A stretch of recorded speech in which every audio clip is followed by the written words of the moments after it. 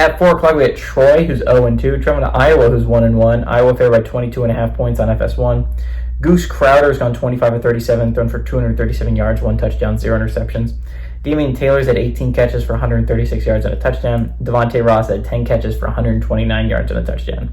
Cade McNamara went 34-60, thrown for 350 yards, 3 touchdowns, 2 interceptions. Caleb Johnson's had 36 carries for 306 yards and 4 touchdowns, and Jacob Gills had 7 catches for 93 yards and a touchdown.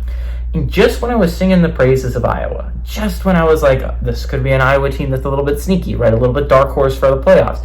They have a solid defense. If they have a competent offense, they can do a lot of things, and they looked like they had a competent offense against Illinois State. And then the Iowa State game happened. And honestly, I was watching the first half of the Iowa State game. I'm like, this isn't pretty, but that's kind of what Cy-Hawk normally is.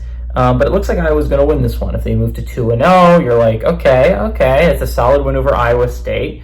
Big rivalry game. That's a solid win. And it's like, they did not pull that off. Anyways, if you didn't watch the end of the game, Iowa State ended up kicking a game-winning field goal to beat Iowa at their home stadium.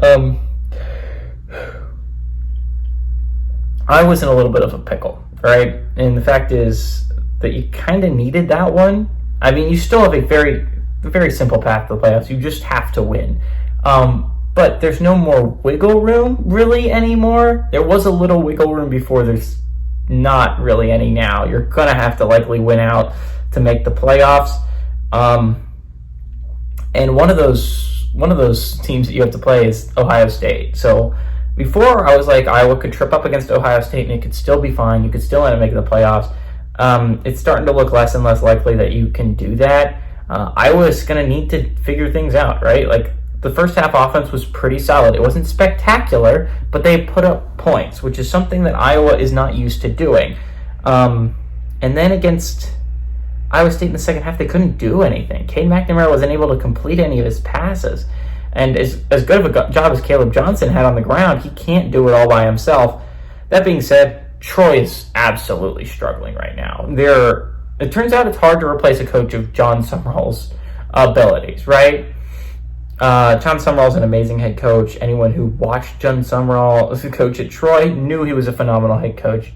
And he's doing a solid job so far at Tulane. Tulane was very competitive against Kansas State last week. Arguably could have won that game. And it looks like they're not going to skip a beat with John Summerall taking over that program. Troy's skipping a little bit of a beat, right? It's to be expected. It's not like the job of Tulane, where Tulane has been built as a program and it's like, let's go. Troy's a little bit more of a, John Summerall was the first one to do really well at Troy.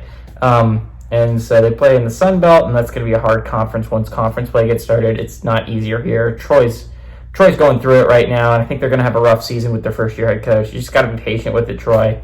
You can't expect immediate results, and it would be crazy too. I think the loss to Nevada really hurts Troy fans, considering that that's a game that they win in the past, but they didn't win this year.